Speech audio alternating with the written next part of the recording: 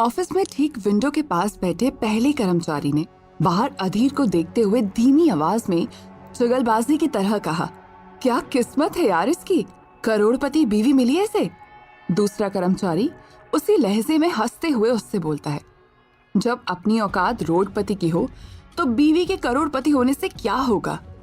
जूही के कानों में जैसे यह बात पड़ी, उसने खिड़की के बाहर झांक कर देखा। तब अधीर अपने हाथ में लंच बॉक्स लिए गेट की तरफ बढ़ रहा था। हर रोज की तरह उसे सिक्योरिटी गार्ड ने भी कोई खास इज्जत नहीं दी और ना ही रजिस्टर में साइन करने के लिए कहा, बस उसे नजरअंदाज कर दिया।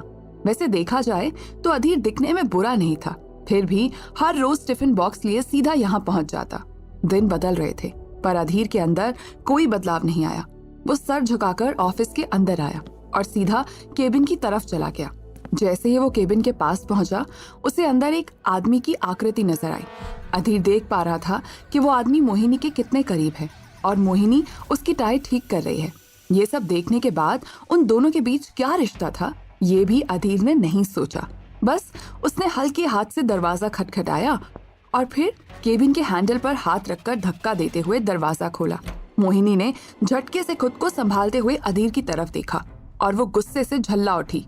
उसने कहा, ये क्या तमीज है, अगर दरवाजा खटखटाया था तो 2 मिनट बाहर इंतजार कर लेते, क्या इतना भी नहीं होता तुमसे। समझ में नहीं आता भगवान ने किस गधे को मेरे गले बांध दिया है।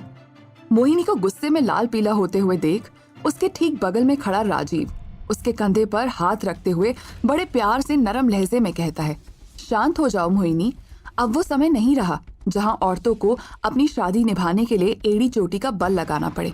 मुझे तो समझ नहीं आता तुम इस निकम्मे को डिवोर्स क्यों नहीं दे देती। इतना कहकर राजीव चुप हो गया और फिर उसने हंसी उड़ाते हुए कहा, कहीं तुम्हें इस बात का डर तो नहीं कि फिर तुम्हारे लिए लंच कौन लेकर आएगा। राजीव का मजाक सुनते ही मोहिनी और भी ज्यादा गुस्से में भर गई और उसने तेज चाल में अधीर की तरफ अपना कदम बढ़ाया। फिर उसका हाथ पकड़ते हुए ऑफिस से बाहर ले गई। उस वक्त ऑफिस के सभी लोग मोहिनी को ऐसा करते हुए देख रहे थे। हालांकि सबके चेहरे पर मजाकिया हंसी थी, लेकिन मोहिनी की मौजूदगी की वजह से सबने अपने पेट को दबा लिया था और मुंह बंद रखा था। तभी उन सभी कर्मचारियों के बीच खड़ी जूही का दिल जलने लगा और उसने अपनी छाती पर हाथ रखते हुए खुद से कहा, अधीर, तुम किस मिट्टी के बने हो। माना कि तुम्हारी डोर मोहिनी से बंध चुकी है, लेकिन ऐसे रिश्ते को एक तरफा नहीं निभाया जाता ना। जिंदगी में आगे बढ़ने के लिए प्यार जरूरी होता है और तुम हो कि मोहिनी की हर कड़वी बात को चुपचाप सुन लेते हो। इतने में जूही ने लंबी सांस ली और डरे हुए मन से पलटकर खिड़की की तरफ देखा, जहां मोहिनी अधीर पर चिल्लाते हुए टिफिन बॉक्स फेंक रही थी और कह रही थी कि आज के बाद तुम्हें मेरे लिए लंच लाने की कोई जरूरत नहीं है। मैंने कई बार तुमसे कहा है कि ऑफिस में अपनी शक्ल मत दिखाओ। मुझे यहाँ पर कोई प्रदर्शनी नहीं लगानी है। अगर तुम रोज इसी तरह आते रहे तो सबको पता चल जाएगा कि मैंने किस गधे से शादी की है। जमीन पर इस तरह खाने को बिखरे हुए देख अधीर ने नजर झुकाई और टिफिन बॉक्स उठाते हुए कहा, मैं जो कुछ भी कर रहा हूँ तुम्हारी माँ के कहने पर कर रहा हूँ। उन्हें तुम्हारी फिक्र है। मेरी माँ के बारे में इतना सोचने की जरूरत नहीं है। उनकी बात को एक कान से सुनो और दूसरे से निकाल दो, खासकर जब वो मेरे ऑफिस के बारे में बात करें। इतना कहकर मोहिनी पलटकर कंपनी के मेन डोर की तरफ जाने लगी, लेकिन अचानक उसे कुछ याद आया।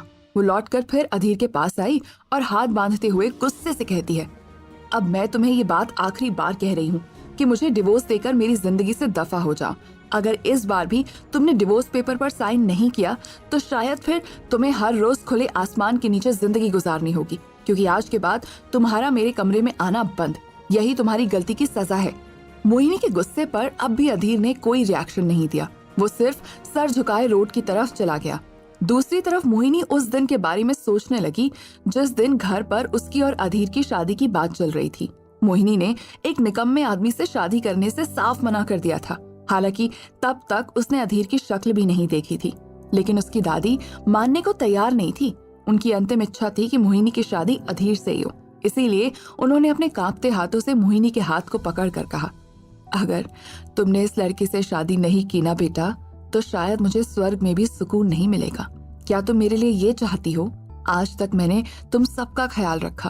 तुम्हारे दादाजी के गुजरने के बाद अकेले कंपनी संभाली। उसके बदले कम से कम मेरे लिए इतना कर दो और यकीन मानो कि जिस लड़के की मैं बात कर रही हूँ, एक दिन तुम्हें उस बात पर गर्व महसूस होगा कि तुम्हारी दादी ने तुम्हारे लिए हीरा चुना है। दादी तो प्यारी प्यारी बातें करके चल बसी, लेकिन ये नकली हीरा मोहिनी के गले में अटकी हड्डी की तरह हो गया था। जैसे ही अधीर वापस जाने के लिए मेट्रो स्टेशन तक पहुंचा, तभी उसने अपना दायां हाथ जेब में डाला और उसे याद आया कि उसकी सास ने मोहिनी को दवाई देने के लिए भी कहा था। वो दवाइयां मोहिनी घर पर ही भूल आई थी। कुछ सोचते हुए अधीर ने अपनी कदम वापस लिए और फिर कंपनी की तरफ बढ़ा। उसके चेहरे पर ना तो कोई डर नजर आ रहा था और ना ही आंखों में कोई शर्म थी। जब वो गेट के पास पहुंचा तो सिक्योरिटी गार्ड ने कहा, अरे ओ भैया, अब इस बार पिटकर ही मानोगे क्या? आ जाते हो बार बार, क्या मैडम के गुस्से से तुम्हें डर नहीं लगता? अब क्या काम है, बोलो। सिक्योरिटी गार्ड का सवाल सुनते ही अधीर ने अपने जेब से एक दवाई का पार्सल निकाला और सिक्योरिटी गार्ड की तरफ बढ़ाते हुए कहा, क्या तुम ये मेडिसिन मोहिनी तक पहुंचा दोगे? सिक्योरिटी गार्ड हंसा और उसने कहा, हम क्या तुम्हें शक्ल से बेवकूफ लगते हैं जो नागिन के बिल में हाथ डालेंगे? हमको सिर्फ यहाँ बैठकर इस रजिस्टर में लोगों के आने जाने की खबर लिखने का पैसा मिलता है, डिलीवरी करने का नहीं। और रही बात मदद की, ऐसी औरतों की कौन मदद करेगा जिसे चिल्लाने के अलावा और कुछ नहीं आता। वैसे एक बात बताओ, तुम इतनी सेवा क्यों करते हो? मैंने उन्हें कई बार डिवोर्स शब्द कहते हुए सुना है। क्या तुम पति हो उसके? सिक्योरिटी गार्ड भी अधीर का मन पढ़ना चाहता था। वैसे तो स्टाफ में ये बात आग की तरह फैल चुकी थी कि इतनी बड़ी टेक्सटाइल कंपनी की सीईओ ने एक निकम्मे से शादी की है, लेकिन किसी की इतनी हिम्मत नहीं थी कि वो मुंह पर बोल पाए। वैसे मोहिनी की शादी देहरादून में हुई थी। उसके स्टाफ से कोई भी आदमी वहां मौजूद नहीं था। साथ ही परिवार के भी कुछ ही लोगों को बुलाया गया था, वरना समाज में सवाल उठ खड़े होते। रही बात अधीर की, उसकी तरफ से तो संकल्प भी पंडित ने खुद ही लिया था। अभी तक मोहिनी के लिए अधीर एक ऐसा लड़का था जिसके माँ बाप ना होने के कारण शायद दादी को उस पर दया आ गई होगी, इसीलिए उन्होंने अपनी पोती को उसके पल्ले बांध दिया। सिक्योरिटी गार्ड के मना करने के बाद अधीर ने फिर से हिम्मत दिखाई और ऑफिस के अंदर चला गया। जैसे ही केबिन के अंदर खड़े राजीव की नजर अधीर पर पड़ी, तभी उसके दिमाग में एक खुराफाती प्लान जग उठा और उसने मोहिनी की गैर मौजूदगी पर उस प्लान को अंजाम देने की कोशिश की और मोहिनी का पानी का ग्लास अपनी तरफ लेते हुए अपनी जेब से एक पिंक कलर का पाउडर निकाला और अधीर के अंदर आने तक का इंतजार किया। जैसे ही अधीर ने केबिन का दरवाजा खोला, वैसे ही राजीव ने वो पिंक पाउडर मोहिनी के ग्लास में मिलाया और फिर अचानक से अपना हाथ हटा लिया। अधीर आगे बढ़ा और उसने राजीव से कहा, ये तुम क्या कर रहे हो? राजीव अपने चेहरे पर शैतानी मुस्कुराहट रखते हुए कहता है, मैं क्या कर रहा हूँ? कुछ भी तो नहीं। देखो, तुमने अभी अभी मोहिनी के पानी के ग्लास में कुछ डाला है। मैं जानता हूँ आखिर तुम क्या करने की कोशिश कर रहे हो। तभी राजीव ने एक नजर बाहर की तरफ घुमाई और मोहिनी को दूर दूर तक देखने की कोशिश की। अचानक उसे मोहिनी केबिन की तरफ आती हुई नजर आई। ये देखकर राजीव ने अपने जेब से पाउडर का पैकेट निकाला और कहा, तुम क्या इसकी बात कर रहे हो? ये तो सिर्फ पेट का कब्ज दूर करने का चूर्ण है। अधीर ने राजीव के हाथ से वो पैकेट छीना और उस ग्लास को उठाते हुए राजीव से कहा, अगर तुम इतने भरोसे के साथ कह सकते हो तो पहले इसे खुद पीकर बताओ। दोनों के बीच में झड़प हो रही थी। अचानक मोहिनी केबिन के अंदर आई और अधीर के हाथ से पानी का ग्लास जमीन पर छूट गया और उसके टुकड़े टुकड़े हो गए। मोहिनी ये देखकर हैरान रह गई। तभी राजीव ने मोहिनी के गुस्से को और हवा देते हुए कहा, तुम भी ना मोहिनी, इस पर कुछ ज्यादा ही भरोसा करती हो। जितना जल्दी हो सके इसको डिवोर्स दे दो, वही तुम्हारे लिए बेहतर रहेगा। अगर मैं इस वक्त यहाँ नहीं होता तो ये तुम्हारे पानी में जहर मिलाकर तुम्हें पिला देता। ये देखो इसके हाथ में क्या है। राजीव ने पूरा खेल पलट दिया था और पूरा ब्लेम अधीर पर डाल दिया। अब तक भले ही मोहिनी अधीर से छुटकारा पाना चाहती थी, लेकिन उसे इस बात का भरोसा था कि अधीर कभी उसको नुकसान नहीं पहुंचाएगा और उसके इसी भरोसे को तोड़ने के लिए राजीव ने ये हरकत कर डाली। मोहिनी ने एक बार गौर से सारी चीजों को देखा और फिर आगे बढ़ते हुए गुस्से से अपना हाथ उठाकर अधीर के चेहरे पर थप्पड़ मार दिया और कहा, बस इतना ही देखना बाकी रह गया था। मैंने अभी अभी समझाया था ना तुम्हें क्या करना है। जाओ और डिवोर्स पेपर साइन करो। इतना सब होने के बाद भी अधीर ने अपनी बात समझाने तक की जहमत नहीं की। अपने गाल में हाथ लगाकर सीधा केबिन से बाहर निकल गया। उस वक्त जूही मोहिनी के केबिन से बाहर थी। हालांकि उसने कई बार अधीर को जलील होते हुए देखा था, लेकिन आज पहली बार वो मार भी खा रहा था। ये बात जूही को बर्दाश्त नहीं हुई और वो अधीर के पीछे पीछे चली गई। जैसे ही अधीर तेज चाल में ऑफिस से बाहर निकलता, तभी जूही ने कहा, रुक जाओ। आज पहली बार अधीर से किसी ने बात करने की कोशिश की थी और ये आवाज उसके लिए नई थी, इसीलिए उसके कदम वहीं रुक गए। जब उसने मुड़कर देखा तो एक सुंदर लड़की अपने चेहरे पर हजारों भाव लिए उसकी तरफ सवालिया नजर से देख रही थी। अधीर के पास उस वक्त कहने के लिए कुछ भी नहीं था। तभी जूही ने एक कदम आगे बढ़ाया और फिर अधीर से कहा, कैसे इंसान हो तुम? हर रोज जलील होते हो और फिर से अगली बार जलील होने आ जाते हो। क्या तुम्हारे मन में कभी ये सवाल नहीं उठता कि ऐसा करने से तुम्हारी क्या इज्जत रह जाएगी?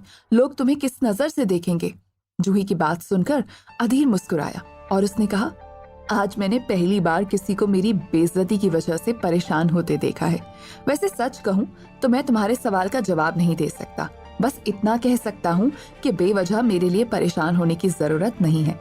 मुझे कोई फर्क नहीं पड़ता कि लोग मुझसे क्या कहते हैं। जूही कहती है, लेकिन क्यों? क्या तुम मोहिनी से इतना प्यार करते हो कि उसके लिए कुछ भी झेलने को तैयार हो? इस सवाल पर एक बार और अधीर को हंसी आई और उसने कहा, ये तो वक्त ही बताएगा। इतना कहकर वो वहां से चला गया। इतना बेइज्जत होने के बाद भी अधीर कौन सी बात को सोचकर मुस्कुरा रहा था। क्या जूही अधीर को चाहने लगी थी? मोहिनी और राजीव के बीच में क्या रिश्ता था? तो दोस्तों, आगे क्या होगा इस रोमांचक कहानी में? अधीर जैसे ही रिक्शा से उतरा, उसने जूही की कही हुई बातों को याद किया और फिर सीधा अंदर चला गया। अंदर से हंसने की आवाज आ रही थी, लेकिन इससे अधीर को कोई असर नहीं पड़ा, क्योंकि अक्सर इस समय उसकी सास प्रमिला और उसका साला उपमन्यु उसका मजाक उड़ाने के लिए हॉल में बैठे रहते थे। जब अधीर अंदर आया तो उपमन्यु ने उसके टिफिन को गौर से देखा। टिफिन के किनारे पर मिट्टी लगी हुई थी और उसमें खाना भी चिपका हुआ था। हालांकि अधीर ने ऑफिस से निकलने से पहले मोहिनी के फेंके हुए टिफिन को साफ करने की कोशिश की थी, लेकिन उपमन्यु की नजर से वो नहीं बच पाया। आज भी वो अपनी बेइज्जती करवा कर ही आया है। तभी उपमन्यु ने गौर से उसके चेहरे की तरफ देखा। उसके बाएं गाल पर एक खरोच का निशान नजर आ रहा था। उपमन्यु की आंखें चमक उठी। वो झटके से खड़ा हुआ और अपनी पैनी नजर से अधीर को फिर से देखा और उसके गाल पर हाथ लगाते हुए फिक्र करने का झूठा नाटक करते हुए कहने लगा, अरे बाप रे, मेरे प्रिय जीजा जी, ये क्या हुआ? आपके गाल पर देखो तो कितना बड़ा घाव हो गया है। आपको दर्द नहीं हो रहा क्या? मुझे हल्का खून भी नजर आ रहा है। मुझे तो। ये कहकर उपमन्यु ने प्रमिला की तरफ देखा और अपने मजाक में फिर से मिर्च मसाला डालते हुए ड्रामेटिक वे में कहा, माँ, एक बार आकर देखो, कहीं ऐसा तो नहीं कि गेम खेलते खेलते मेरी आंखें खराब हो गई हों। मैं कुछ ज्यादा ही चीजों को देखने लगा हूँ। आज लगता है जीजाजी दीदी से डांट ही नहीं, पिट कर भी आए हैं। हो सकता है ना? क्या कहती हो? उपमन्यु जितना ड्रामेबाज था, उसकी माँ प्रमिला ड्रामेबाजी में सचमुच उसकी माँ थी और उपमन्यु का बाप प्रमोद अपनी पूरी जिंदगी किचन में ही काट रहा था। उसने भी उपमन्यु की बात सुनी और वो किचन के दरवाजे पर आकर खड़ा हुआ। उसने गौर से अधीर की तरफ देखा और इसी बीच अधीर की नजर आईने पर पड़ी। उसने आईने में अपने चेहरे पर हल्की सी खरोच देखी तो उसे याद आया कि जिस हाथ से मोहिनी ने उसे थप्पड़ मारा था, उस हाथ के बीच की उंगली में उसने अभिमंत्रित अंगूठी पहनी थी, जो प्रमिला ने उसे जबरदस्ती पहनाई थी और कहा था कि अंगूठी मोहिनी को उसके डाइवोर्स में मदद करेगी। ये बात याद कर अधीर ने अपने गाल पर हाथ लगाया और वो सोचने लगा कि जब थप्पड़ लगा था तब अधीर को दर्द महसूस तो हुआ था, लेकिन अधीर ने अपने दर्द को नजरअंदाज कर दिया और ऑफिस से बाहर आ गया। लेकिन यहाँ अपनी सास प्रमिला और साले उपमन्यु की नजर से बचने का उसे रास्ता नजर नहीं आ रहा था। हर रोज की तरह आज भी उसकी सास और साला उसका मजाक उड़ा रहे थे। इतने में प्रमिला और उपमन्यु जोर जोर से हंसने लगे। तभी प्रमिला ने कहा, हाँ, कोई बड़ा घाव नहीं हुआ है जो तुम इस निकम्मे के लिए परेशान हो रहे हो। और अधीर, तुम जाओ, मेरे लिए चाय बनाकर लेकर आओ, मेरा फेवरेट सीरियल आ रहा है। इतना कहकर वो बिना रुके किचन की तरफ चला गया। वहाँ अधीर के ससुर ने उसके लिए हल्दी का लेप बना दिया था और किचन में आते ही उन्होंने लेप उंगली में लिया और अधीर के गाल पर लगाकर और मुंह में पान चबाते हुए कहा। उस समय उसकी आवाज ऐसी महसूस हो रही थी जैसे लालू प्रसाद स्वयं साक्षात किचन में आ गए हों। अरे बेटा, ये क्या करते हो? शक्ल का हाल देखो, 12 बजा रखे हैं। कितनी बार समझाएं हम तुम्हें, पर तुम हो कि समझते ही नहीं हो। क्या हमारे जैसा बनना चाहते हो? देखो, हमारी पूरी जिंदगी किचन में ही रह गई। देखो, चुपचाप तलाक दे दो और निकल जाओ। सुंदर दिखते हो, कोई भी लड़की मिल जाएगी। देखो, हमारे जैसा बनने से तो कोई फायदा नहीं। हमारे जमाने की बात अलग थी और हम तो पैदा ही कद्दू की तरह गोल हुए थे। ऐसे में डर था कि प्रमिला को नहीं झेलेंगे तो फिर जिंदगी भर कुंवारे ही रह जाएंगे। पर तुम वो क्या कहते हो, फिल्म वाले हैंडसम एक्टर जैसे लगते हो। अधीर उनकी बात को सुनता रहा और उसने गैस पर चाय की केटली चढ़ा दी। चाय बनते ही एक कप में चाय छानते हुए अधीर ने अपने ससुर की तरफ बढ़ाई और 2 कप अपनी सास और साले के लिए बाहर ले जाने लगा। इससे पहले कि वो दरवाजे तक पहुंचता, तभी प्रमोद ने अधीर का हाथ पकड़ा और कहा, कितना ही समझाओ, तुम्हारी खोपड़ी में कुछ नहीं घुसता। अब इतनी जल्दी चाय बनाकर चाय देने जाओगे तो फिर से मजाक का कारण बनोगे। पहले अपने लिए छानो और हमारे साथ चाय पर चर्चा करो, उसके बाद आराम से जाकर दे आना। भला इनका क्या काम है, ये दिन भर निठल्ले ही बैठे रहते हैं, मुफ्त की रोटी तोड़ते हैं। काम तो सारा मेरी प्यारी फूल सी बेटी करती है, पर हमारे और तुम्हारे मामले में वो भी अकल की कच्ची निकली। आखिरकार अधीर ने अपना मुंह खोला और कहा, आप फिक्र मत कीजिए, सही समय आने पर सब कुछ सही हो जाएगा। इसके बाद दोनों दामाद और ससुर साथ में चाय पीने लगे। दूसरी तरफ केबिन में मोहिनी के ठीक सामने बैठा राजीव उसे नए नए लुभाने वाले प्रलोभन दे रहा था। उसे देखकर साफ पता चल रहा था कि उसकी बातों में कोई दम नहीं है। वैसे देखने में राजीव खुद को काफी मेंटेन रखता था, लेकिन उसके शरीर की बनावट अधीर जितनी आकर्षक नहीं थी, इसीलिए वो अधीर से जलता था। और कभी कभी उसे ऐसा भी लगता था कि शायद इसी वजह से मोहिनी अब तक अधीर को डिवोर्स नहीं दे रही थी। वैसे देखा जाए तो राजीव ने अपनी एक अलग ख्याली दुनिया बनाई थी। वो हर तरह से मोहिनी को बिजनेस में मदद भी कर रहा था और उसको सपोर्ट करने के बहाने उसकी जिंदगी में जगह बनाने के लिए वो षड्यंत्र भी रच रहा था। लेकिन मोहिनी उसे अपनी पर्सनल लाइफ के बारे में कभी कुछ नहीं बताती थी। इससे पहले कि एक और षड्यंत्र वो मोहिनी को फंसाने के लिए रचता, तभी उसकी असिस्टेंट ने दरवाजा खटखटाया। मोहिनी ने उसे अंदर आने के लिए कहा और आने का कारण पूछा। अंदर आते ही असिस्टेंट शिवानी ने कहा, मैम, कॉन्फ्रेंस रूम रेडी है और इस साल की एनुअल रिपोर्ट भी प्रोजेक्टर पर लगा दी गई है। सब लोग आप दोनों का इंतजार कर रहे हैं। मोहिनी ने फॉर्मली शिवानी से कहा, ठीक है, तुम जाओ, मैं आती हूँ। शिवानी के जाते ही मोहिनी ने अपनी नजर राजीव की तरफ घुमाई और अपने चेहरे पर नकली मुस्कुराहट लाते हुए बड़े प्यार से मोहिनी ने कहा, राजीव, तुम भी प्लीज कॉन्फ्रेंस रूम में निकलो, मैं बस 2 मिनट में आती हूँ। इतना कहकर मोहिनी बिना राजीव की बात सुने बाथरूम के अंदर चली गई। बाथरूम में जाते ही मोहिनी ने अपने चेहरे को आईने में देखा और मन ही मन कहा, पता नहीं कब तक मुझे राजीव के साथ ही नाटक करना पड़ेगा। दूसरी तरफ मीटिंग शुरू हो गई थी और सभी लोग सिर्फ मोहिनी का इंतजार कर रहे थे। कॉन्फ्रेंस रूम में हलचल मची हुई थी। सभी बोर्ड मेंबर्स भी वहीं मौजूद थे और आपस में कानाफूसी कर रहे थे। सिर्फ राजीव के चेहरे पर एक शैतानी मुस्कुराहट थी। वो प्रोजेक्ट पर लगे नंबरों को देखकर ऐसे मुस्कुरा रहा था जैसे उसने जो चाहा था वो हो गया। कुछ ही देर बाद मोहिनी अंदर आई और सभी लोग उस पर चिल्लाने लगे। एक 50 से 55 साल का आदमी उठा और खड़ा हुआ और उसने ऊंची आवाज में मोहिनी से कहा, देखो, तुम्हारी काबिलियत पर मुझे कोई शक नहीं है, लेकिन ये क्या है? मोहिनी, क्या मैंने ये दिन देखने के लिए तुम पर इतना भरोसा किया था? मैं तब भी कह रहा था कि कोई एक बिजनेस पार्टनर अपने साथ रख लो, तो इससे कंपनी को लीडरशिप में मदद मिल जाएगी। लेकिन तुम हो कि किसी की बात कहाँ सुनती हो? अगर सुन लेती तो शायद आज ही नंबर देखने नहीं पड़ते।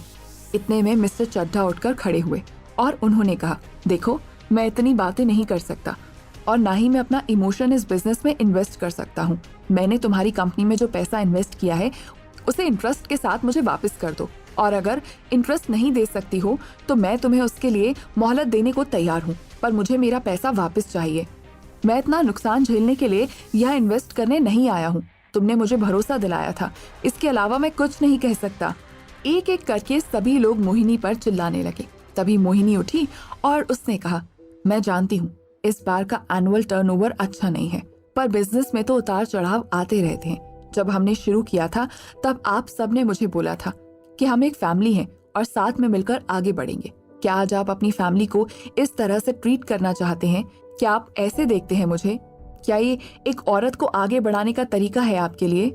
मोहिनी की इस बात को सुनते ही एक और आदमी उठा और उसने गुस्से से कहा, देखो मोहिनी, फैमिली, औरत, मर्द, ये सब मामले यहाँ पर घसीटने की जरूरत नहीं है। समझ रही हो ना? तब तुम पर दया करके ये इन्वेस्टमेंट नहीं किया था, ना ही औरत मर्द देखकर किया था। हमने फायदे के लिए इन्वेस्टमेंट किया था। हमें फायदा चाहिए। हो सकता है कि उस दिन हम में से किसी ने इस बिजनेस को फैमिली की तरह देखा हो, लेकिन उसका मतलब ये नहीं है। बोर्ड मेंबर्स की बातें सुनने के बाद मोहिनी को कुछ समझ नहीं आ रहा था। तभी मोहिनी ने एक बार सबकी तरफ देखा और फिर कहा, ठीक है, मैं समझ गई। आप में से ज्यादातर लोगों का इस बिजनेस से सिर्फ मुनाफा बनाना ही मकसद था। इसीलिए आज मैं साफ साफ जानना चाहती हूँ कि आप में से कौन मेरे साथ इस समय संकट की घड़ी में मेरे साथ रहना चाहता है और कौन अपना पैसा वापस लेकर अपना असली रंग दिखाना चाहता है। एक वोटिंग हो जाए तो सब कुछ क्लियर हो जाएगा।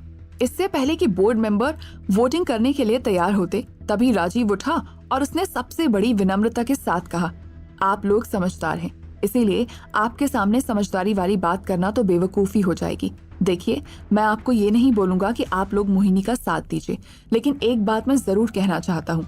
माना कि इस साल का टर्नओवर अच्छा नहीं रहा, लेकिन अगले साल का टर्नओवर अच्छा हो सकता है। उसके लिए एक साल तक वेट करने की जरूरत नहीं है। जैसे कि बैंक के लोन चुकाने से पहले कुछ दिन की मोहलत देता है बैंक, उस तरह आप भी 1 महीने के लिए मोहिनी कॉर्पोरेशन को वक्त दीजिए। अगर 1 महीने में मोहिनी आपकी उम्मीद में खरी उतर गई तो आप उसके साथ बने रहना, वरना ये 100 करोड़ की कमी जो आपको इस साल के टर्नओवर में नजर आ रही है, उसे देखते हुए आप अपना हाथ पीछे खींचने के लिए आजाद हैं। मैं बस 1 महीने तक रुकने के लिए कह रहा हूँ। इतना कहकर राजीव ने मुस्कुराते हुए मोहिनी की तरफ देखा। मोहिनी समझ गई थी कि अब राजीव उससे क्या उम्मीद करने वाला है। हालांकि मोहिनी को बिजनेस चले जाने का दुख होता, लेकिन राजीव के इस फैसले से भी उसे कोई ज्यादा खुशी नहीं हुई थी। कुछ देर तक बोर्ड मेंबर्स में आपस में बातचीत होती रही। तभी निहाल चड्डा ने उठते हुए स्ट्रेट फॉरवर्ड शब्दों में कहा, राजीव, हम सब जानते हैं कि तुम्हारे दिल में मोहिनी के लिए एक सॉफ्ट कॉर्नर है, लेकिन हम हर बार तुम्हारी बात तो नहीं मान सकते। रही बात 1 महीने की मोहलत देने की, ये बात कुछ हद तक ठीक लग रही है। अगले महीने की 1 तारीख तक ये आंकड़े पूरे हो गए तो हमें आगे बिजनेस करने में कोई परेशानी नहीं है, लेकिन अगर कोई भी कमी रही तो फिर जरा मुश्किल हो जाएगी। अपनी बात रखते हुए मिस्टर चड्डा ने सब बोर्ड मेंबर्स की तरफ देखा और एक एक करके सबने हामी भर दी। देखते ही देखते सभी लोग कॉन्फ्रेंस रूम के बाहर चले गए। अंत में राजीव मोहिनी के पास आया और उसने मोहिनी को कॉन्ग्रेचुलेट किया। मोहिनी ने उसकी बात का कोई जवाब नहीं दिया और राजीव को जाने के लिए कहा। राजीव कॉन्फ्रेंस रूम से मुस्कुराते हुए बाहर आया। उसने ऑफिस के सभी स्टाफ की तरफ देखते हुए हाथ हिलाकर बाय कहा और ऑफिस से बाहर निकलते हुए बाहें फैलाकर अपनी खुशी जाहिर की। फिर अपने फोन पर एक नंबर डायल किया। जैसे ही उसे एहसास हुआ कि सामने वाले इंसान ने फोन उठा लिया है, तभी अपनी खुशी को जाहिर करते हुए राजीव ने मुस्कुराते हुए कहा, हम अपनी मंजिल के बहुत करीब हैं। अब समझो 1 महीने के अंदर मोहिनी कॉर्पोरेशन हमारे हाथ में आ जाएगा और साथ ही मोहिनी भी। और फिर फोन रखते हुए राजीव ने एक बार और आसमान की तरफ देखकर अपने घमंड में कहा, देखता हूँ इस चाल की कामयाबी के बाद मोहिनी मुझसे बचकर उस 2 कौड़ी के इंसान अधीर के पास कैसे जाती है। क्या राजीव की चाल कामयाब होगी? मोहिनी इतने सारे पैसे कहाँ से लाएगी? क्या अधीर मोहिनी को डिवोर्स देगा? शाम होते ही अधीर कमरे में गया। कुछ देर रुककर उसने अपने और मोहिनी के 3 साल के रिश्ते के बारे में सोचा। उसके चेहरे पर भाव बता रहे थे कि उस रिश्ते में उसे भी खास दिलचस्पी नहीं थी। तभी उसने अपनी जेब से एक छोटा सा कैलेंडर निकाला। उसे कैलेंडर के अनुसार आज की रात उसके सारे दुखों का अंत होने वाला था। यही सोचते हुए वो कमरा ठीक करने लगा। ये उसका रोज का काम था। कमरा ठीक करने के बाद अधीर ने घड़ी की तरफ देखा। रात के 8:30 बज रहे थे। वैसे तो हर रोज मोहिनी 7 से 7:30 बजे तक घर आ जाती थी। ऐसा इन 3 सालों में कभी नहीं हुआ था कि वो कभी 1 घंटे लेट हुई हो। और दिल्ली जैसे शहर में चाहे जितनी भी सेफ्टी बरती जाए, लड़कियों का देर रात तक बाहर रहना आज भी लोगों के मन में डर पैदा करता है। इसीलिए प्रमिला हाफती हुई सीढ़ियों से ऊपर चढ़ी और बिना रुके अधीर पर बरस पड़ी। तुम क्या दिन भर मुफ्त की रोटियां तोड़ते रहोगे? तुम्हें शर्म नहीं आती? मेरी बेटी इतनी बड़ी कंपनी संभालती है और तुम उसकी सेफ्टी का भी ख्याल नहीं रख सकते। कैसे पति हो तुम, जिसे अपनी पत्नी की ही चिंता नहीं है? हाँ, घड़ी में देखो समय कितना हुआ है। अभी तक वो घर नहीं आई है और अब तक तो तुम्हें कम से कम उसके ऑफिस में फोन करके पूछ लेना चाहिए था। नहीं, अधीर ने अपनी सास की बात मानते हुए पैंट की जेब से मोबाइल निकाला और नंबर डायल करने लगा। तभी प्रमिला ने उसके हाथ से फोन छीना और उसे बिस्तर की तरफ फेंकते हुए उखड़े अंदाज में कहा, अब क्या जो बोलूंगी वही करोगे? और तुझे क्या मैं बेवकूफ लगती हूँ जो बिना अपनी बेटी की खबर लिए अब तक बैठी रहूंगी? मैंने मोहिनी को फोन किया था पर वो फोन नहीं उठा रही है। मैंने उसके ऑफिस के नंबर पर डायल किया, लेकिन गार्ड ने फोन उठाकर बताया कि मोहिनी तो कब की ऑफिस से निकल गई है। इसका मतलब जरूर वो रास्ते में ही कहीं है। ऐसे बिना बताए वो कभी किसी दोस्त के घर नहीं जाती। वैसे भी जब से तुम दोनों की शादी हुई है तब से उसके सभी दोस्तों से उसने रिश्ते नाते तोड़ दिए हैं, नए दोस्त तो उसके बनने से रहे। पूरी बात सुनने के बाद अधीर ने फिर से अपना फोन उठाया और दरवाजे से बाहर जाने लगा। तभी फिर उसने अपनी सास की तरफ देखा और धीमी आवाज में कहा, मैं जाकर देखता हूँ। इतना कहकर अधीर दरवाजे से सीधा निकल गया। जब वो मेन डोर के पास पहुंचा तो उसने अपने फोन पर एक मैसेज टाइप करते हुए एक अननोन नंबर पर भेज दिया। फिर वो घर की कुछ ही दूरी पर मेन गेट की तरफ चला गया। रिक्शा लेने से पहले एक बार और उसने अपनी जेब से फोन निकाला और फोन पर आए हुए नोटिफिकेशन को देखा। उस नोटिफिकेशन को खोलते ही अधीर को फोन में एक फोटो नजर आया, जिस फोटो में मोहिनी एक बार में बैठी अपने मुंह में वाइन का ग्लास लगाए हुए नशे में चूर लग रही थी। साथ ही उस मैसेज के नीचे बार का एड्रेस लिखा हुआ था। मैसेज मिलते ही अधीर ने शुक्रिया कहा और रिक्शा वाले से सामान्य अंदाज में कहा, भैया मालवीय नगर मेट्रो स्टेशन चलिए। रिक्शा वाला भोजपुरी अंदाज में कहता है, 50 रुपया लगेगा। अधीर ने रिक्शे वाले को आंख दिखाई और रिक्शे में बैठ गया। फिर उखड़े भाव से बोला, जब मैंने पैसे नहीं पूछे तो तुम क्यों पूछ रहे हो। ऐसा लग रहा था अधीर ने घर पर मिलने वाले तीनों की भड़ास उस रिक्शे वाले पर निकाल दी थी। अधीर मालवीय नगर मेट्रो स्टेशन पहुंचते ही रिक्शे वाले के हाथ में 100 का नोट रखता है और बिना छुट्टे लिए मेट्रो स्टेशन की ओर चला जाता है। कुछ ही देर में मेट्रो पकड़कर अधीर सीधा राजीव चौक पहुंचा। उसने मेट्रो से बाहर आने के बाद एक लंबी सांस ली और फिर बताए हुए एड्रेस को देखा और कुछ देर में उसी पते पर पहुंच गया। तब उसने देखा कि बार में कई सारे लोग बैठे थे। वहां ज्यादातर लड़के ही थे। उनमें से कुछ लड़कों की नजर मोहिनी पर भी थी और वो इस फिराक में थे कि मोहिनी 1-2 पैग और गटक जाए तो उसके साथ छेड़खानी करें। लेकिन अधीर का मोहिनी की तरफ बढ़ना कहीं न कहीं उनके अरमानों पर पानी फेर रहा था। दूसरी तरफ अधीर ने मोहिनी का हाथ पकड़ा और अपनी जेब से पैसे निकालते हुए काउंटर पर रखे और मोहिनी को ऑर्डर देते हुए कहा, चलो यहाँ से। मोहिनी ने जैसे ही अधीर की कड़क भरी आवाज सुनी वो चौंक उठी। हालांकि वो नशे में थी, लेकिन फिर भी उसके दिमाग में ये सवाल खड़ा हो रहा था कि अधीर उससे ऐसे कैसे बात कर सकता है। इससे पहले वो अपनी कुर्सी से उठकर अधीर के गिरेबान में हाथ डालकर उसे कुछ बोलने की कोशिश करती। इतने में अधीर ने उसकी कमर पर हाथ रख दिया और उसे दरवाजे की तरफ लेकर जाने लगा। मोहिनी बड़बड़ाते हुए कहने लगी, तुम कौन हो? क्योंकि तुम्हारी शक्ल मेरे निकम्मे पति जैसी लगती है, लेकिन वो कभी मुझसे ऐसी बात नहीं करता। इसका मतलब तुम मेरे पति नहीं हो, तुम कोई और हो। बताओ तुम कौन हो और मुझे कहाँ लेकर जाने की कोशिश कर रहे हो? अधीर ने मोहिनी की बात का कोई जवाब नहीं दिया, बस उसे इसी तरह ले जाते हुए उसकी कार के पास आ गया और फिर मोहिनी से बोला, कार की चाबी कहाँ है? नशे में धुत मोहिनी ने अपनी आंखें गोल करते हुए तुतलाती हुई आवाज में कहा, पहले मुझे बताओ तुम कौन हो? अधीर ने अपने सर पर हाथ मारा और मोहिनी के पर्स से तुरंत चाबी निकालते हुए उसे कार की पिछली सीट पर बैठा दिया। रास्ता लंबा था और ट्रैफिक से भरा भी, इसीलिए मोहिनी का तुतलाना एंटरटेनमेंट बना हुआ था। वैसे तो अधीर के चेहरे के भाव देखकर बिल्कुल भी नहीं लग रहा था कि उसे मोहिनी की कोई फिक्र थी, लेकिन उसने मोहिनी के साथ 3 साल बिताए थे और इन 3 सालों में मोहिनी ने कभी इस तरह की हरकत नहीं की थी। रोड पर कई सारी गाड़ियां दोनों तरफ से गुजर रही थी, लेकिन उनके गुजरने का शोर कार के अंदर के सन्नाटे को काट नहीं सका। इसी सन्नाटे के बीच में आखिरकार अधीर ने बिना किसी भाव के पूछ डाला, वैसे तो तुम मुझे किसी लायक नहीं समझती, लेकिन मैं जानना चाहता हूँ तुमने आज ऐसा क्यों किया? तुम्हें पता है ना, दिल्ली में इस तरह अकेली लड़की का बार में बैठना कितना खतरनाक हो सकता है। मोहिनी ने अधीर का पूछा हुआ सवाल सुना था। तभी नशे की हालत में होने के कारण मोहिनी को गुस्सा भी आया और वो सोचने भी लगी कि क्या सचमुच अधीर उसके लिए परेशान है। अगर है तो क्यों? क्योंकि आज तक मोहिनी से जिस किसी ने भी प्यार से बात की थी, मोहिनी ने हमेशा उस प्यार का मतलब किसी न किसी स्वार्थ से जोड़ा था। लेकिन आज उसे समझ नहीं आ रहा था कि वो इस सवाल का मतलब किस स्वार्थ से जोड़े, क्योंकि जिस तरह वो अधीर के साथ व्यवहार करती थी उसके बाद अधीर का क्या स्वार्थ हो सकता है। लेकिन इस वक्त मोहिनी इस सवाल के साथ साथ अपने दिल की भड़ास निकालना चाहती थी, इसीलिए वो फिर से बड़बड़ाते हुए एक बेसुध शराबी की तरह कहने लगी, तुम्हें मेरा बार में बैठना, शराब पीना खतरनाक लग रहा है? क्या मैं तुम्हें बताऊं खतरनाक क्या होता है? खतरनाक होता है जब एक घर में एक औरत अकेली काम करे और बाकी लोग उसकी रोटी पर मुफ्त की सलाह दें।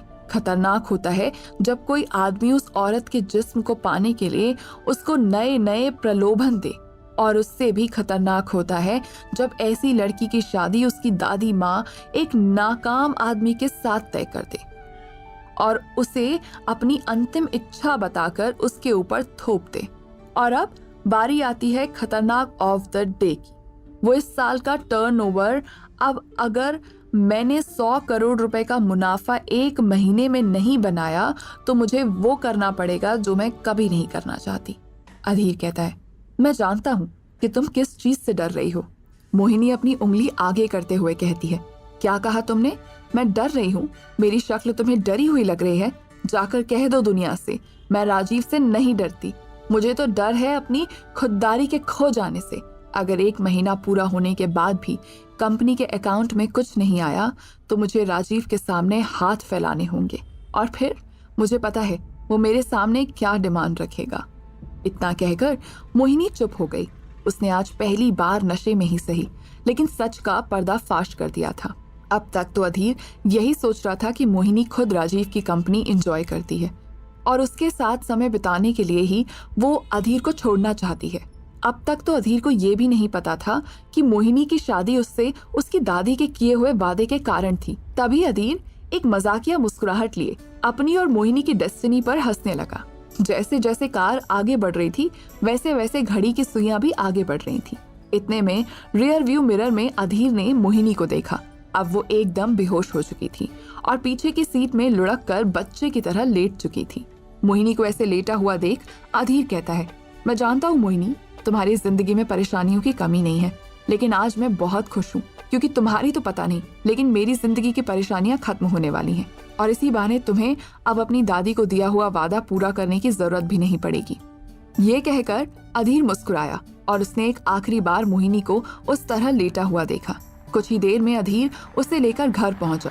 उसने सीधा मोहिनी को अपनी गोद में उठाकर उसे अपनी कमरे में ले जाना सही समझा। जैसे ही वो कमरे का दरवाजा खोलता तभी प्रमिला की नजर उन दोनों पर पड़ी और उसने पुकारते हुए गुस्से में कहा, ये क्या हुआ मेरी बेटी को? क्या किया तुमने इसके साथ?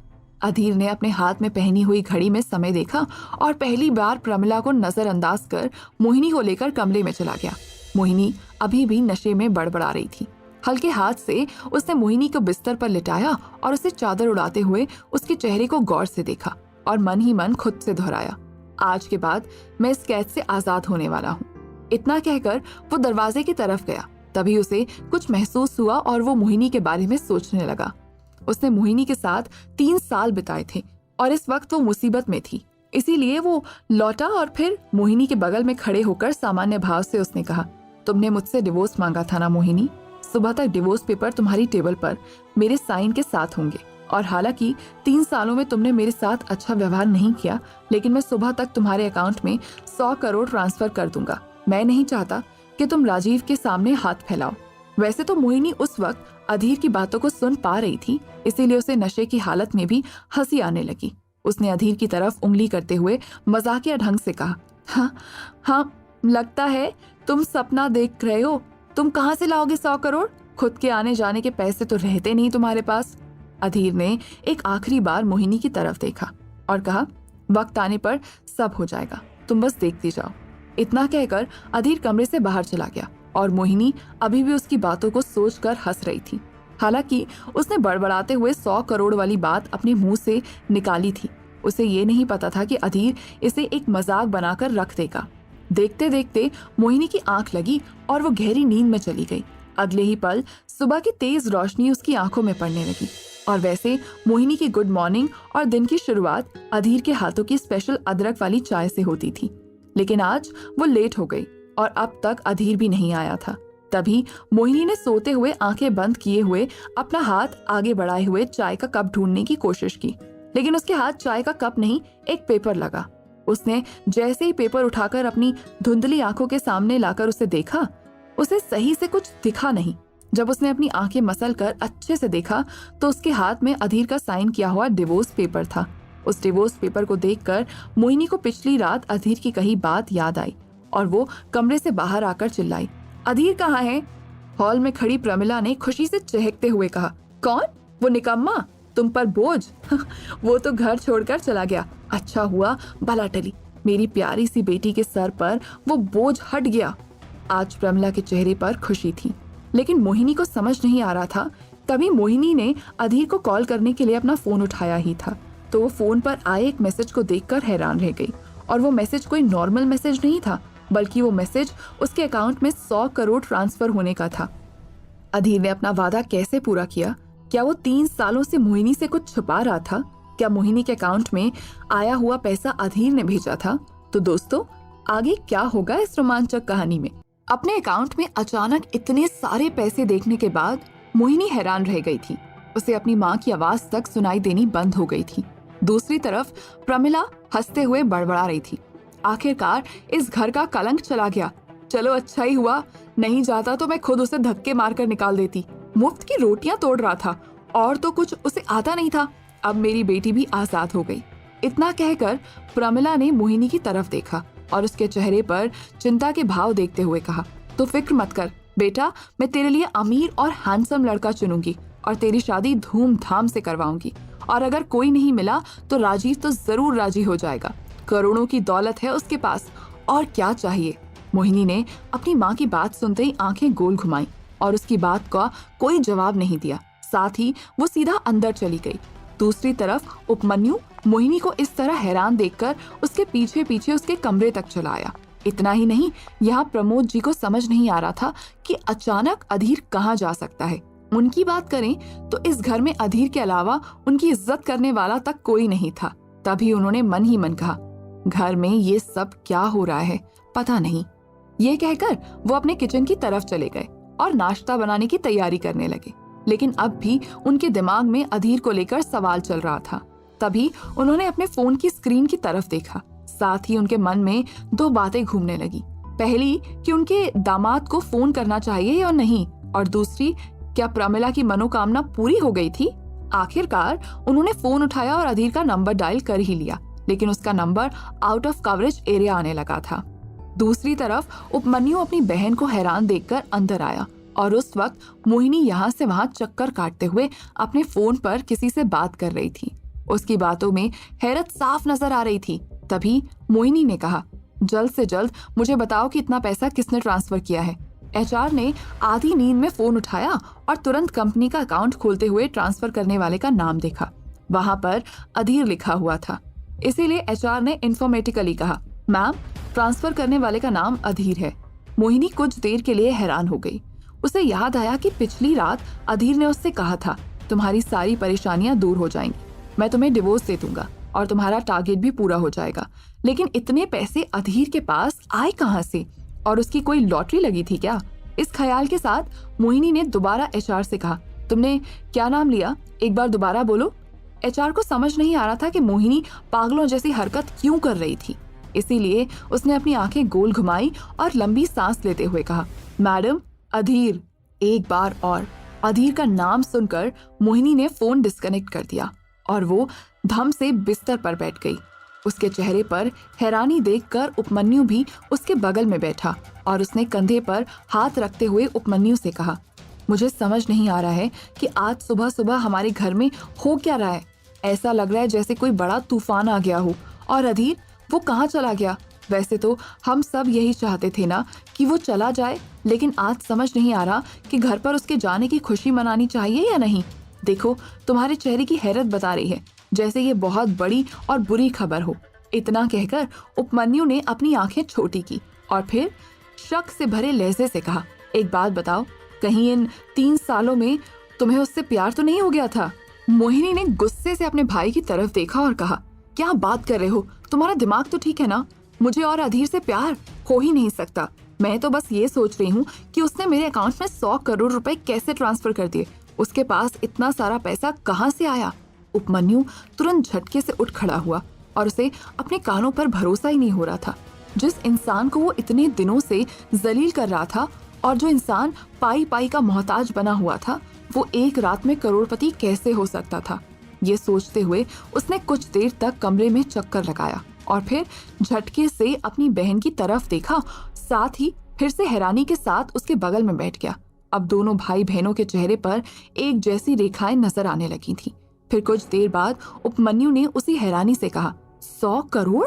ये सच है या तुम सुबह मेरी टांग खींचने की कोशिश कर रही हो? देखो, मैं दावे के साथ कह सकता हूँ तुम्हें कोई गलतफहमी हुई है। उसके पास इतने पैसे हो ही नहीं सकते। वो हर रोज अपनी पॉकेट मनी के लिए तुमसे पैसे मांगता है, फिर अचानक ये क्या? इतना कहकर उसने अपनी गर्दन को झटका दिया।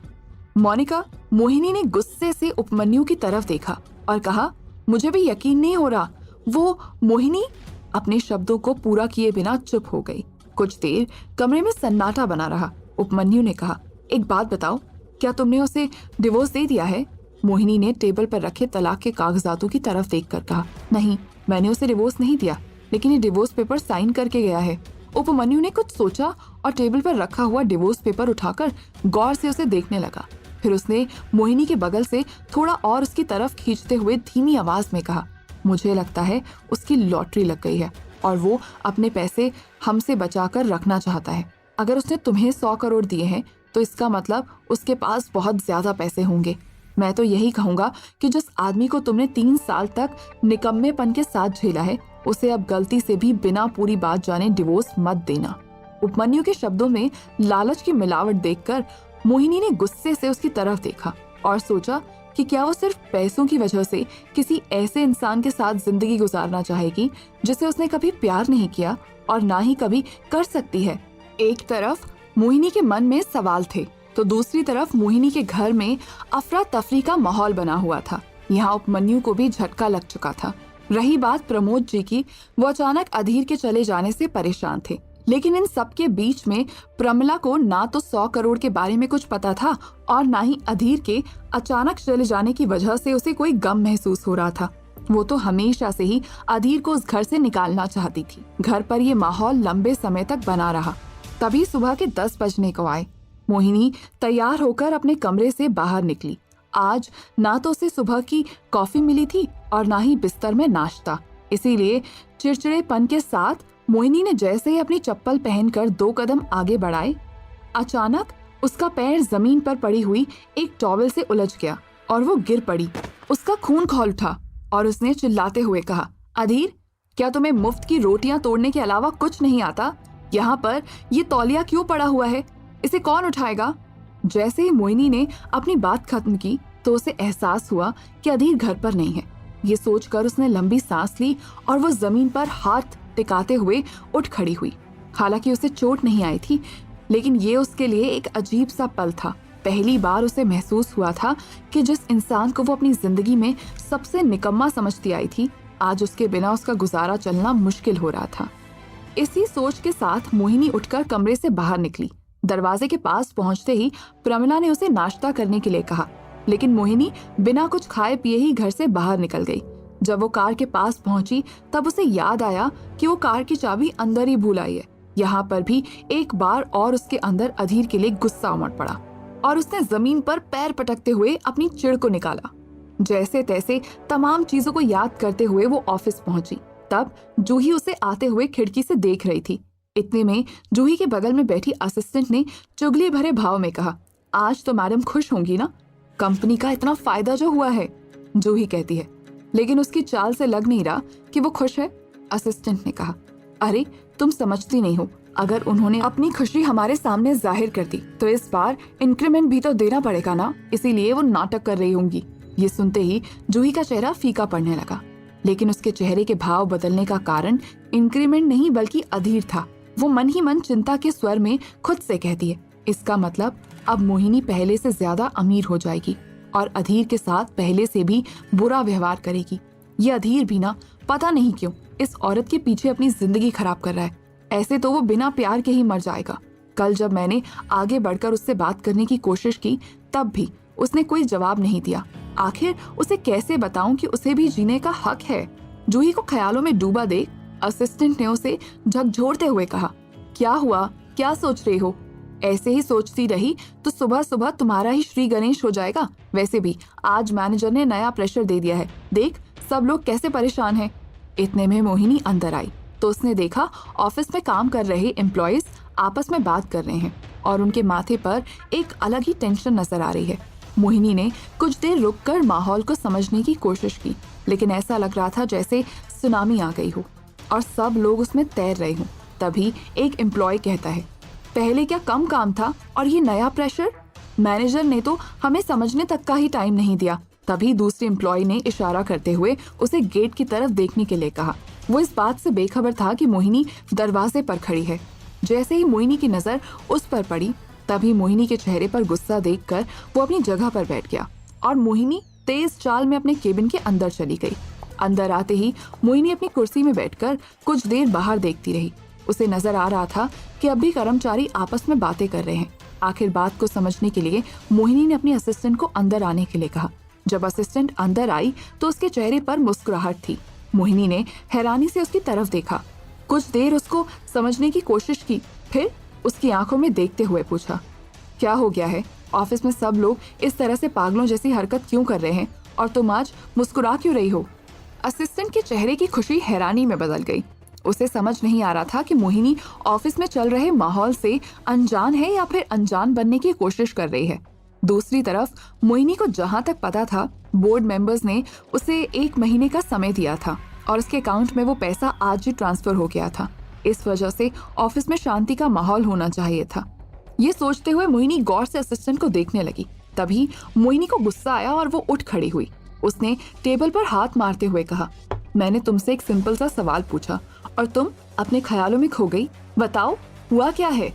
असिस्टेंट ने सर झुकाकर कहा, माफ कीजिए मैडम, पर यह जानकर हैरान हूँ कि इतनी बड़ी बात पूरे ऑफिस में फैल गई है, लेकिन आपको कैसे नहीं पता? मोहिनी ने अपनी आंखें छोटी की और गौर से उसकी आंखों में देखा और फिर पूछा, कौन सी बात? असिस्टेंट कहती है, यही कि अग्रवाल सूत कंपनी बहुत ही जल्द हमारी कंपनी को एक बड़ा कॉन्ट्रैक्ट देने वाली है। क्या मोहिनी और अधीर की बातचीत हो पाएगी? आखिर अधीर अचानक से कहाँ चला गया था? क्या अधीर की सचमुच लॉटरी लग गई थी? तो दोस्तों, आगे क्या होगा इस रोमांचक कहानी में? अग्रवाल सूत, जो कि इंडिया की ही नहीं बल्कि वर्ल्ड की टॉप कंपनियों में से एक है। अग्रवाल सूत का कॉटन सारी दुनिया में फेमस है। इसीलिए असिस्टेंट की बात सुनकर मोहिनी को अपने कानों पर भरोसा ही नहीं हुआ। वो मन ही मन सोचने लगी, क्या ये कोई इत्तेफाक है या कैसे हो सकता है ये? वैसे तो इस कॉन्ट्रैक्ट को पाने के लिए मोहिनी ने कई मेल्स किए थे, पर उसे कभी कोई रिप्लाई नहीं मिला था। आज ये कैसे हुआ?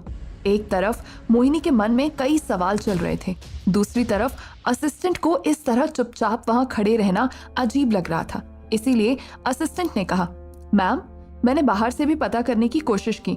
खबर तो ये है कि हमें महीने में लाखों ड्रेसेस बनाने का काम मिलने वाला है। इस हिसाब से लगभग 1000 से ज्यादा ड्रेस एक दिन में सिलवानी होंगी। प्रोडक्शन भी बढ़ाना होगा, इसीलिए फ्लोर मैनेजर ने सभी एम्प्लॉयज को एक टेंटेटिव प्लान रेडी करने के लिए कहा है। इतना ही नहीं, मेल में ये भी मेंशन किया हुआ था कि बहुत ही जल्द अग्रवाल सूट से कोई ना कोई यहाँ कंपनी को इंस्पेक्ट करने भी आएगा और हमारी क्षमता के बारे में पता लगाने की कोशिश करेगा। अब मोहिनी को ये भी समझ नहीं आ रहा था कि इतनी बड़ी कंपनी ने मोहिनी की कंपनी को कॉन्ट्रैक्ट दिया है या देने वाली है। ये तो अब तक पता कैसे नहीं चला। ये सोचकर मोहिनी ने असिस्टेंट से कहा, वाओ, दैट्स गुड न्यूज। बस मुझे ये बताओ कि अग्रवाल कंपनी का मेल किसने रिसीव किया और मुझे क्यों नहीं इन्फॉर्म किया गया? असिस्टेंट फिर हैरान होकर कहती है, मैम, आपकी ही तो मेल आईडी पर मेल आया है। मैंने तुरंत एचआर को इन्फॉर्म किया और फ्लोर मैनेजर को भी। रही बात आपकी, आज से पहले मुझे कभी आपकी मेल की इन्फॉर्मेशन देने की आपको जरूरत नहीं पड़ी और आपने खुद ही मुझसे कहा था कि आप सुबह सबसे पहले कंपनी के मेल चेक करती हैं। लगता है आज आपको समय नहीं मिला होगा। बात तो सही थी। हर दिन जब मोहिनी सुबह उठती थी तब अधीर कॉफी का मग उसके हाथ में पकड़ा देता था और मोहिनी तुरंत अपना फोन उठाते हुए अपने ईमेल और मैसेजेस चेक करती थी। पर आज तो मोहिनी को ना समय मिला, ना कॉफी और ना ही नाश्ता। ये सोचकर मोहिनी अपने सिस्टम पर बैठी और उसने तुरंत वो मेल चेक करते हुए अपने असिस्टेंट को केबिन में जाने के लिए कहा और साथ ही मैनेजर को अपने केबिन में बुलाया। आज का दिन मोहिनी के लिए बहुत ही अलग था। वो उसे समझ ही नहीं आ रहा था कि उसे खुशी मनानी चाहिए या फिर इस बात का गम कि उसके अलावा बाकी सब लोग कंपनी की तरक्की से अच्छी तरह वाकिफ हैं। पर वो मालिक होकर भी हर चीज से बेखबर, अपने ही पचड़ों में फंसी हुई है। मोहिनी ये सब सोच ही रही थी कि तभी उसके फोन की घंटी बजी। ये एक ट्रांसफर कॉल था जो कि उसकी असिस्टेंट ने अभी अभी बात करने के बाद उसे ट्रांसफर किया था। जैसे ही मोहिनी ने लैंडलाइन फोन उठाया तभी असिस्टेंट ने कहा, मैम, अग्रवाल सूट से आपके लिए फोन आया है। वो आपसे मिलने के लिए अपॉइंटमेंट लेना चाहते हैं। इतना सुनते ही मोहिनी को लगा कि आज तो वो किसी भी बड़े काम के लिए तैयार ही नहीं थी, पर अब जब इतनी बड़ी अपॉर्चुनिटी को मना नहीं कर सकती थी तो उसने तुरंत फोन ट्रांसफर करने के लिए कहा। और जैसे ही अग्रवाल सूट की रिप्रेजेंटेटिव नताशा ने उसे आदर के साथ ग्रीट किया, वो हैरान हो गई। तभी नताशा ने अपनी बात खत्म की और मोहिनी ने फोन रखते हुए एक लंबी सांस लेकर एक घूंट में ग्लास में भरा हुआ सारा पानी पी लिया। इतने में एक बार और मोहिनी के फोन की घंटी बजी। ये फोन उपमन्यु का था। वो अब भी अधीर के साथ किए गए व्यवहार के लिए पछता रहा था। फोन उठाते ही उपमन्यु ने मोहिनी से कहा, क्या लगता है तुम्हें, उसने तुम्हें सारे पैसे दे दिए होंगे? कहाँ गया होगा वो? मैं तो कहता हूँ अभी भी तुम डिवोर्स देने के बारे में बिल्कुल मत सोचना। मोहिनी लंबी सांस लेते हुए कहती है, आज मैं पहले से बहुत परेशान हूँ। इन सब बातों के लिए मेरे पास बिल्कुल भी समय नहीं है। इतना कहते ही मोहिनी ने फोन डिस्कनेक्ट कर दिया। तभी वो अपने कहे गए शब्दों के बारे में सोचने लगी। वैसे तो मोहिनी को अधीर से कोई लगाव नहीं था, लेकिन वो डिवोर्स देने के बाद कॉन्सिक्वेंसेस के बारे में सोच रही थी। उसके दिमाग में राजीव के शरारती एफर्ट घूमने लगे। मोहिनी की नजर से देखें तो ऐसा कोई भी पल नहीं था जब राजीव ने मोहिनी के साथ फ्लर्ट न करने से खुद को रोका हो। मोहिनी को पता था कि अगर वो आज डिवोर्स पेपर को साइन कर देगी तो राजीव तुरंत शगुन लेकर उसके घर आ जाएगा। ऐसे में प्रमिला तो पहले से ही इस घड़ी की राह देख रही थी। वो दिन रात यही प्रार्थना करती थी कि जल्द से जल्द मोहिनी का डिवोर्स हो जाए और मोहिनी राजीव से शादी कर ले। पता नहीं राजीव ने प्रमिला पर ऐसा कौन सा जादू किया था जिसकी वजह से वो राजीव को अपना दामाद मानती थी। इतना सब कुछ सोचने के बाद मोहिनी ने अपने फोन की तरफ देखा और तुरंत फोन उठाते हुए अधीर का नंबर डायल कर दिया। दिल्ली शहर, सुबह का समय, दिसंबर का महीना। दिल्ली की सड़कों में कोहरा मचा हुआ था। एक तरफ गाड़ियों का शोर था तो दूसरी तरफ अफरा तफरी का माहौल। ऐसे में 11 बजे का सूरज आसमान में नजर नहीं आ रहा था। शोर और कोहरे की लड़ाई से बेखबर अधीर धौलाकुआं के आलिशान 5 स्टार ताज होटल में स्वीट रूम में अपनी जिंदगी का आनंद उठा रहा था। वो इतनी गहरी नींद में सोया था कि उसे देखकर कोई भी कह सकता है जैसे उसने काफी बड़े काम को अंजाम देकर एक बड़ी जीत को हासिल कर लिया हो। उसका फोन बिस्तर के नीचे पड़ा हुआ था और काफी देर से बजते बजते स्विच ऑफ हो गया था। लेकिन इतना कुछ होने के बाद भी अधीर के कानों में जू तक नहीं रहेंगी। इतने में अचानक दरवाजा खटखटाने की आवाज आने लगी, लेकिन अधीर को वो भी नहीं सुनाई थी। उसे सब कुछ सपने जैसा लग रहा था। जब आवाज धीरे धीरे तेज होती गई तभी अधीर को महसूस हुआ कि कोई दरवाजे की तरफ डोर अनलॉक करने का इंतजार कर रहा है। अधीर गहरी नींद से उठकर खड़ा हुआ। उसने टेबल पर रखा हुआ पानी का ग्लास उठाया और एक सांस में सारा पानी पी गया। फिर लड़खड़ाते हुए दरवाजे की तरफ गया। उसने डोर हॉल से बाहर देखने की कोशिश की तो उसे नजर आया कि 2 बॉडीगार्ड दरवाजे से कुछ ही दूरी पर खड़े थे। साथ ही उनमें से एक कदम आगे एक लड़की बाहर खड़ी बेसब्री से दरवाजा खुलने का इंतजार कर रही थी। उस लड़की को देखते ही अधीर के चेहरे पर मुस्कुराहट आ गई।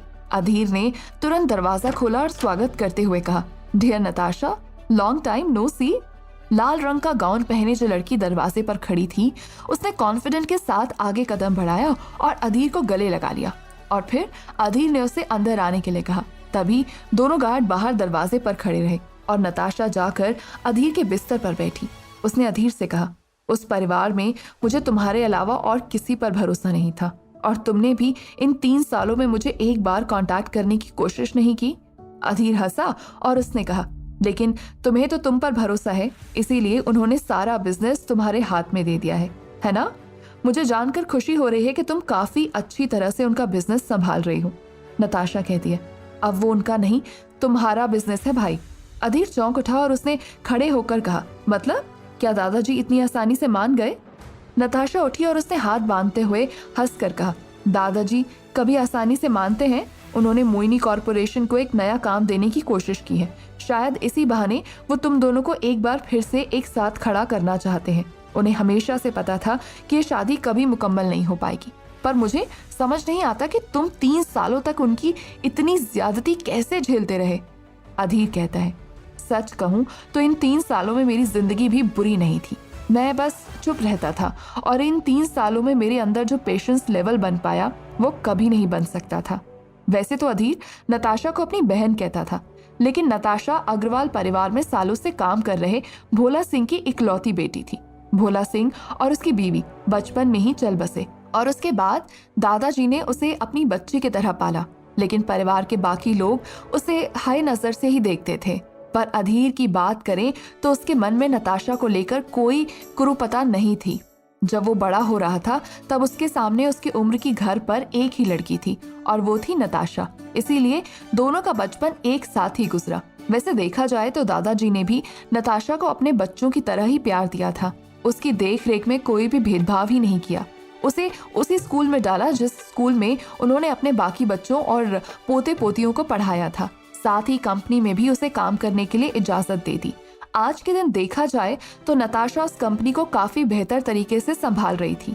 दूसरी तरफ अधीर ने जब सारी बात समझी तब उसने नताशा से पूछा, हालांकि 3 साल पहले दादाजी ने मुझसे वादा किया था कि वो मेरा अकाउंट ओपन कर देंगे, लेकिन कंपनी को लेकर कोई बात नहीं हुई थी और ना ही मोहिनी कॉर्पोरेशन को लेकर कोई बात हुई थी।